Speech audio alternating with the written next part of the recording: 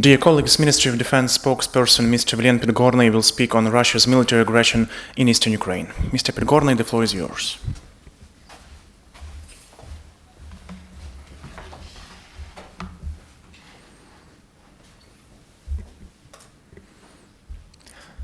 Good afternoon, ladies and gentlemen. Today, Ukraine marks the Dignity and Freedom Day. This is the third anniversary of the Revolution of Dignity that solidified European aspirations of Ukrainian nation. Now both young and mature Ukrainians defend the sovereignty and territorial integrity of the country in Ukraine's east. Our message is loud and clear. No one can violate our independence and the international law with impunity.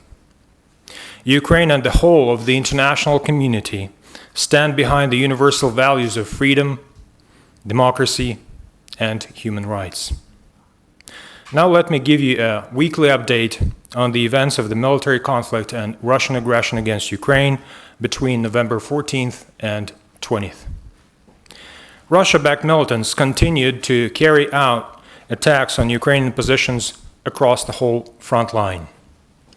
Overall, the number of ceasefire violations ranged between 15 on November 20th at the lowest point to 46 on November 18th at its highest.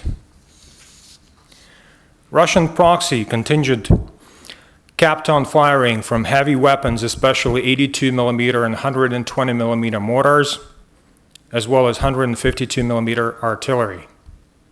The militants ramped up the use of tanks across the whole front line. The vast majority of ceasefire violations took place in the Mariupol sector, stretching from Mar'inka and Krasnohorivka all the way to Telakivka and Shorokino village on the Azov Sea coast. The last week was marked by intensive hostile tank fire in the area of Shorokino between November 17th and 19th. Russia-backed militants violated ceasefire in the Donetsk sector almost exclusively in the area of the Donetsk airport, including Avdiivka, Opytne, and Piske, as well as Luhansk village, which is close to Svetlodarsk. There were occasional incidents of gunfire in the Horlivka perimeter as well. In the Luhansk sector, tensions persisted across the whole sector. Ceasefire violations were registered in every frontline area of the sector, including Novaydar, Popasna, and Stanitsa Luhanska areas. Ukrainian troops clashed with Russian proxies close to Tryokhizbenka yesterday. It was the only direct military engagement last week. Ukrainian troops successfully repelled the attack and held their position. Over the week, Ukrainian troops have registered 17 episodes of the enemy drones conducting aerial reconnaissance in the anti-terrorist operation area. Ukraine's military intelligence reports of the ongoing military assistance of Moscow to its Ukrainian proxies. Russia delivered 7 tanks, 1 infantry fighting vehicle, 2 military vehicles, 2,150 tons of fuel, and 290,000 tons of ammunition. The supplies came in several batches, mostly by rail and twice by the trucks. As per intelligence reports, the total number of casualties among the Russian proxies is 13 killed and 11 wounded over the week. The militants also lost 5 pieces of military hardware. Last week, 1 Ukrainian serviceman was killed in action, and 16 servicemen were wounded in action.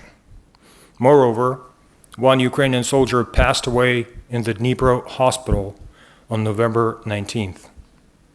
He was wounded during the clash with the militants in Avdiivka on October 30th. Our hearts go out to the friends and families of the fallen Ukrainian heroes. Last week, 1 woman was injured as a result of militant mortar fire right next to her house in Krasnohorivka, Mariupol sector. 7 private homes and 7 non-residential buildings were damaged as a result of militant attacks last week. The overwhelming majority of damages occurred in Mariinka, Mariupol sector, and 2 villages to the north of Avdiivka, Donetsk sector. Due to consistent hostile fire, parts of Avdiivka and its outskirts were cut from water supply. Over the week, Ukrainian authorities arranged for access and safe passage through government checkpoints on the contact line of 118 trucks loaded with humanitarian aid for civilians living in the occupied territories in eastern Ukraine. The total payload of aid exceeds 2,169 tons. It includes food and medication. Humanitarian assistance was provided by the International Committee of the Red Cross, as well as by the Ukrainian charitable organizations. Thank you. Thank you, Mr. Pidgornyy. Looking forward to seeing you here next Monday. Thank you.